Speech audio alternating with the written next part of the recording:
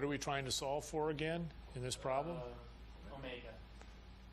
The required omega Keep it from not slipping. to keep it from slipping, or, yeah.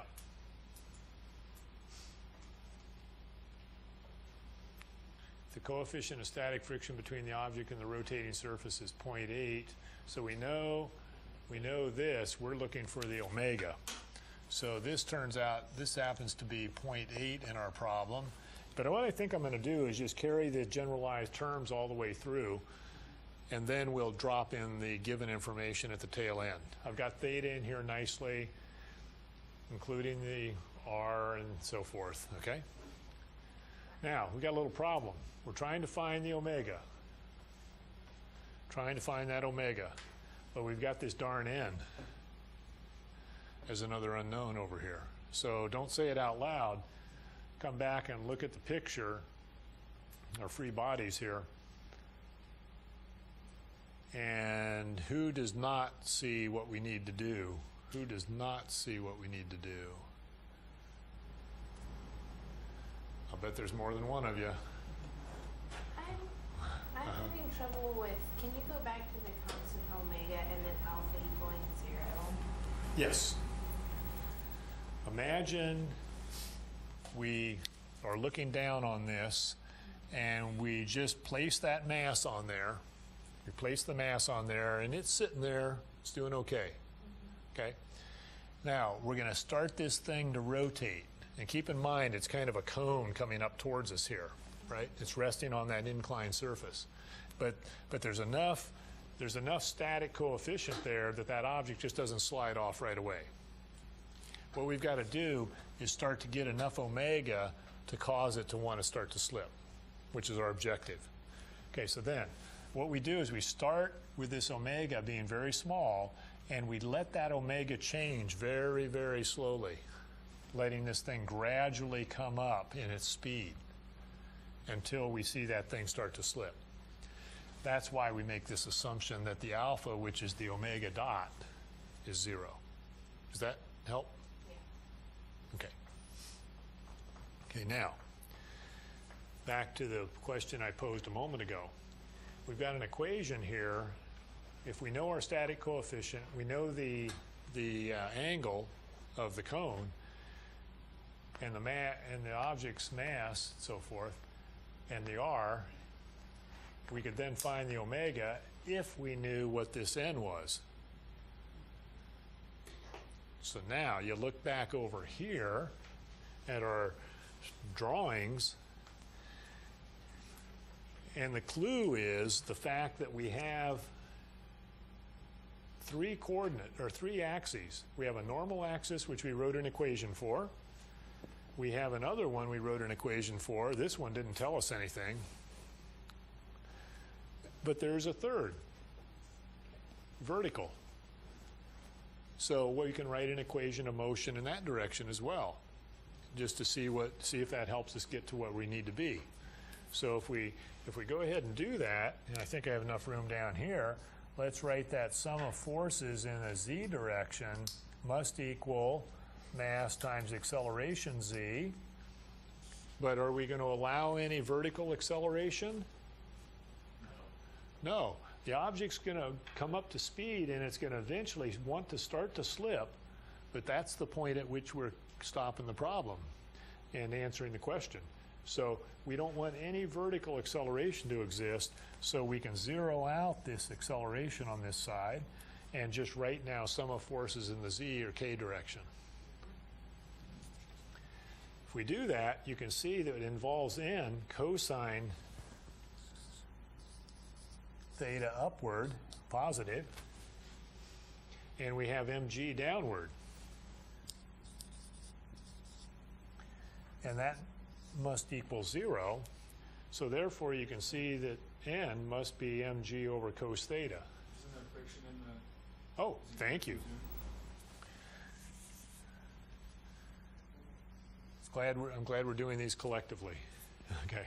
Also, there's a z component, which is at the ramp angle due to the friction force. So it's the vertical component of that friction force plus our friction force sine of theta, and that should equal the 0. Excuse me? Why is it? Why is it sine? Here's the angle theta, and What's it doing that? Okay, I'm sorry. I was in. there's theta. And I should have put that on the picture. Okay, feel good? Okay. So then we can come in here now, and let's go ahead and tidy that up. We now come in and let the motion impend, and this friction force becomes our mu normal. And so we can factor out the normal out of these first and last terms and kick the mg to the other side. And so our normal representation is going to be equal to mg divided by cosine theta plus mu sine theta. We will now take this result, this is an intermediate result,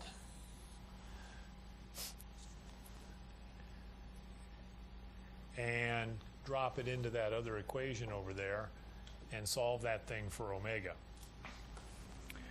I'd like us to come back and look at a couple of these items a little later. Let's go ahead and do that. Remember, our objective was to solve for omega. So what we might do then is go ahead and we can do it in a couple steps. Let's just go ahead and put it all together.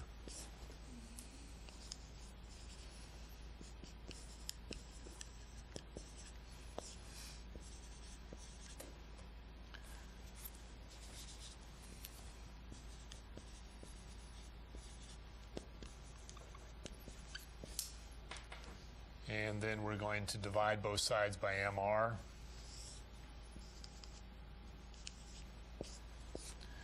To get an expression for the square of the omega. Independent of the mass. Could be any size mass resting there. And we end up with this result. So there's a generalized equation. And this is a mu static condition. So let's go ahead and write that down as a final result. Generalized formula. And so we're going to have square root of this whole mess. And probably just put G over R up front, and then have these factors involving the static coefficient and the angle.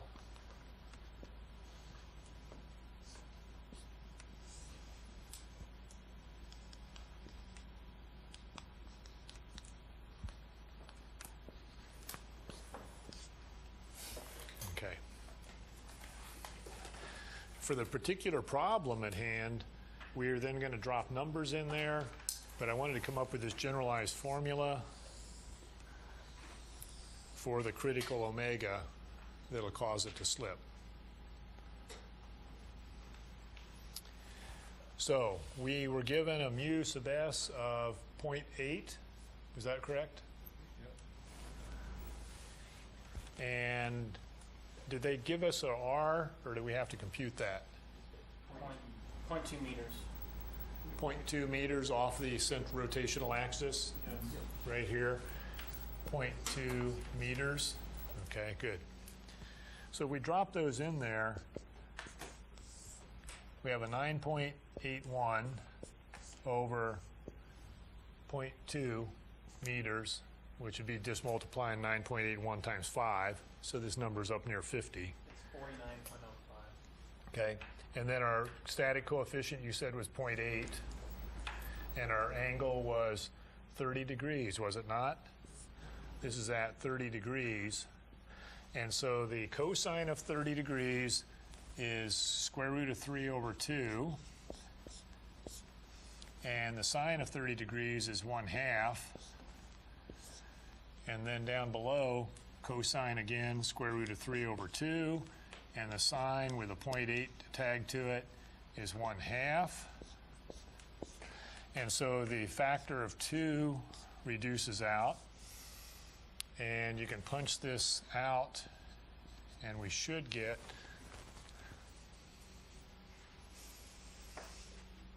2.73 radians per second. Anybody check that?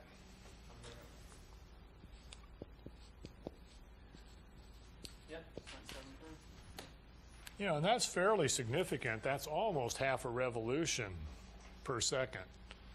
It's fairly significant to cause it to slip. Feel okay? Is that 0.2 to the center of mass of the block? Or to where, Yeah. or to Keep- where it's contact? Yeah, Daniel's question is it to the center of the mass of the block or to the contact point on the surface? Remember how we're treating all of these things as particles, Okay, so you have to be aware that we're doing engineering problems here, and you might, if you wanted to make the analysis more complex, you could actually account for the geometry of the shape of that object. You could actually account for the geometry of the shape of the object, and you could account for, what if I had a block that looked more like this eraser tipped up on edge? Then you'd be concerned with more than just slipping, you'd be concerned with it tipping over. And that's another area of dynamics that you can get into is you can just imagine a box sitting up on the back of a truck. Oh, I'll tell you a story. I was helping a friend move once, and I had a big old Dodge Power Wagon, 1958 Dodge Power Wagon with a big Hemi engine in it. It's a great truck. So go over there to help him move. Well, guess what he's got? An upright piano. I hate moving pianos. So anyway, we muscled that upright piano into the back of the truck, and it was going, well, we'll take it easy getting there. Well, we had to go up Fox Hollow, which is a hill. And besides that, there's a curve near the bottom. And of course, I got this nice big truck. And so I started up from the bottom of Fox Hollow around that first curve. And I looked back in my rearview mirror and I could see this piano. We didn't tie it down. I could see this piano just tilt up on its edge. And so I corrected a little bit and brought it back. And it sat there and did this a couple of times. So anyway, that was. So it didn't actually fall out and break then? No. So that's because I'm a professional engineer. Okay. Okay. Well, I want to tell you another story. I've joked for years with the engineering folks like yourselves. Your objective professionally is to be an invisible engineer. Because when do engineers typically become visible? When stuff breaks. When you screw up. You see a collapse occurring at some shopping mall of some causeway. You see some scaffolding collapse in a construction site. You see a scaffolding at a NASCAR race collapse. And who do they go after? Who does the finger get pointed at? The engineers that signed off on the work. So be aware. I mean, there's big responsibilities that go along with the income and the prestige of being a professional. So be aware of that. And so try to be an invisible engineer. Okay. All right. Okay. Yeah. I've always kind of wondered how fast the Earth would have to spin before we could just jump off into space. Well, or we could just be weightless. Yeah, or weightless. Well, you can do that. I'll put that on the first midterm. I'll figure that out. Speaking of which, when is that midterm? I think it's going to be, did I say the 5th week or early 6th week? Listed as week 5. Week 5? Which would be I next think week. towards the end of next week. So I Thursday? want to get these quizzes back, graded, and back to you by Monday next week.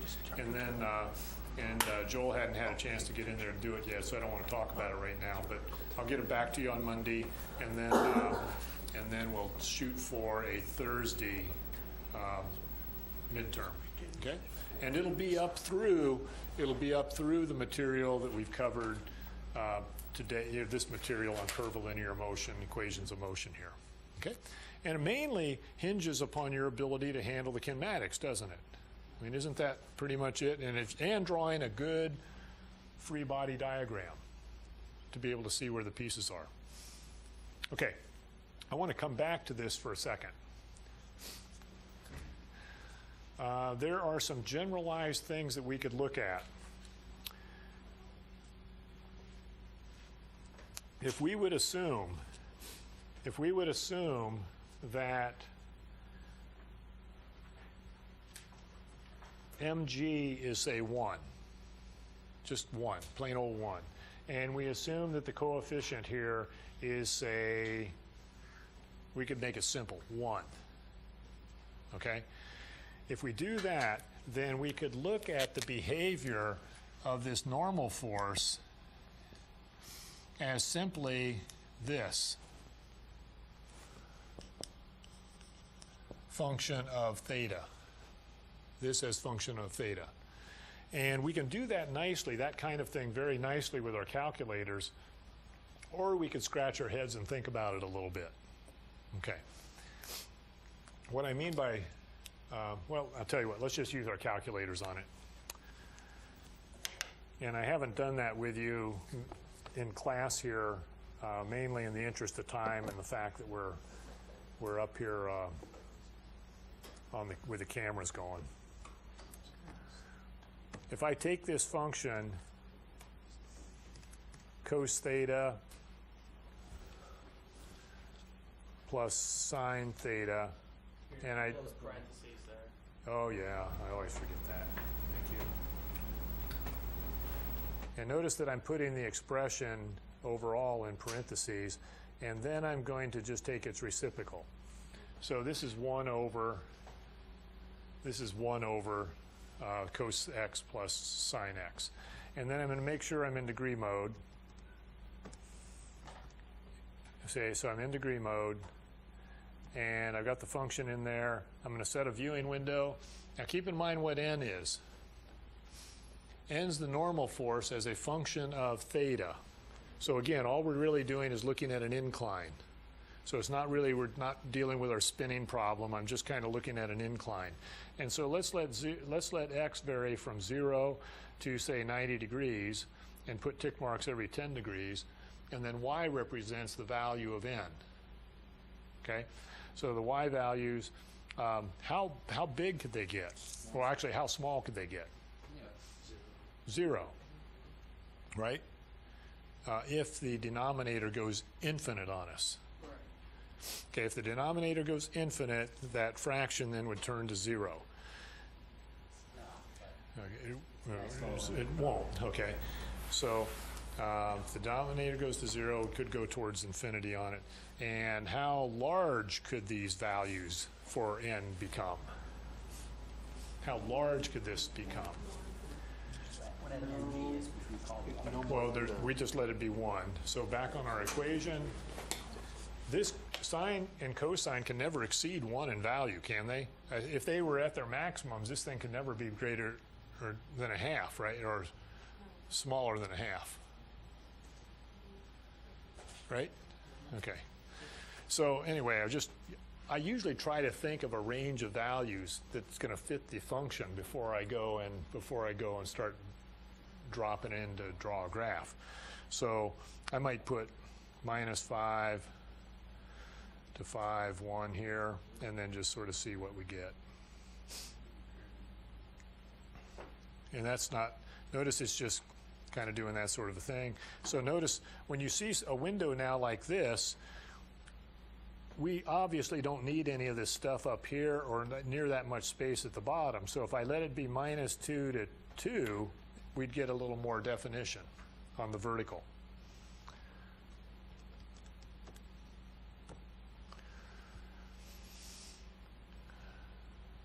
So how would we interpret this? How would we interpret this?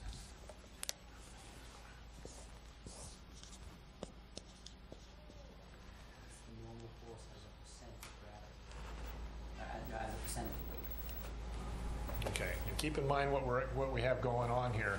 We're looking at our object on an incline, and we're looking at this normal force as a function of the angle theta. So the normal force is the lowest when theta is 45 degrees then. Halfway. in That's what it appears to be, doesn't it? Yeah. Yeah. That's when the denominator is greatest. Okay. And then it's 1 at Now, I don't 90 know and that it's that's 0. very insightful here. Yeah, that's weird. You'd think the normal that force seem would be right? less as you got towards 90. The normal force should be 0 You is to 1. 90, or less than 90. Excuse me? was the assumption that mu was 1? Yeah, I just went ahead and let it be 1. So that may be the problem, the fact that, Yeah, but nevertheless, I don't know. if we were down on the Shouldn't be. flat here, wouldn't the normal force be equal to the weight? yes. And we let the weight be 1, remember? Okay. Okay, so the normal force would be 1. But then what's happening when we get up here to 90 degrees, It's now the point you made, I think, comes into play. Right, it should kind of all be friction, and the friction's Yeah, so holding it. So let's go into the equation and let's put something more realistic. I'm sorry, you have to do it right here. Yeah. Let's put something more realistic right here and for mu, like maybe 0.2 or so. Yeah. Okay. So we'll just tuck that into the denominator there in our equation. So I'm going to insert a 0.2 right in there and then hit the graph. No way. Maybe if it's on the inside. Okay, now what I'm going to do is I'm going to let my window go up higher. Maybe if it's on the inside, it rotates. Yeah, greater than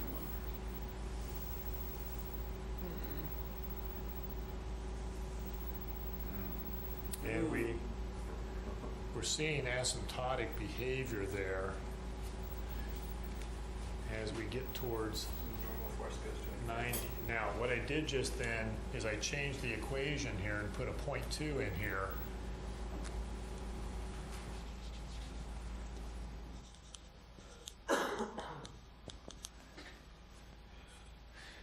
And can't we get some asymptotic situation here? Where that denominator would go to 0 on us. If that denominator heads towards 0, it looks to me like we would have tangent would be -5, I think. Ooh, this is screwy. Let's see, what's going on there? I'm not sure what's happening. I don't think it goes asymptotically like that. No, I don't think so either. Because at 90 degrees, Yeah. cosine would be. And we can turn trace on, of course, and put 90 in there. And see, it's right up at 5. It's at 5 at 90. At 45 degrees, it's here. And our minimum looks like it's back more like around, At 1. Or here around 10 degrees or so.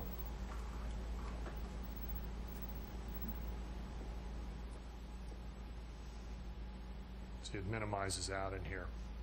I'll tell you what, this is not as insightful as I was hoping, but this is the kind of thing that I want you to try to do, is look for these relationships in your work that you do. Look for relationships in your work and then see if you can, if you have time to play with them a little bit. We could come in here and we could play with this generalized equation on the omega if we wanted to take extra time on it. Yes? Is that includes factors for the fact that it's rotating? So maybe when the normal force gets greater than the weight of the object, that's when it falls off? that would make sense. Would work even with a stationary. Yeah, no, I don't think so either. Oh, that was stationary. Yeah. That was a stationary case. Well, yeah, see, because what we did is we just let mg become 1 in here. We did include a requirement that we're at impending motion on it with the mu normal dropped in there to obtain this in the first place. Oh, yeah. But I think it needed a little more head scratching to kind of see why those curves are behaving the way they are. Okay. Well, no, it makes sense. If we're at impending motion, Okay. that means the normal force is huge in order to keep the thing on such a killing. Yes, yeah, that's true. Okay, I think we'll let it go there today. And so just try to get caught up this weekend on your homework. And So, Doctor, yes, Going to be through assignment number 10, is that right? I think so. And that should be about where we are here with this material, I believe. Yes.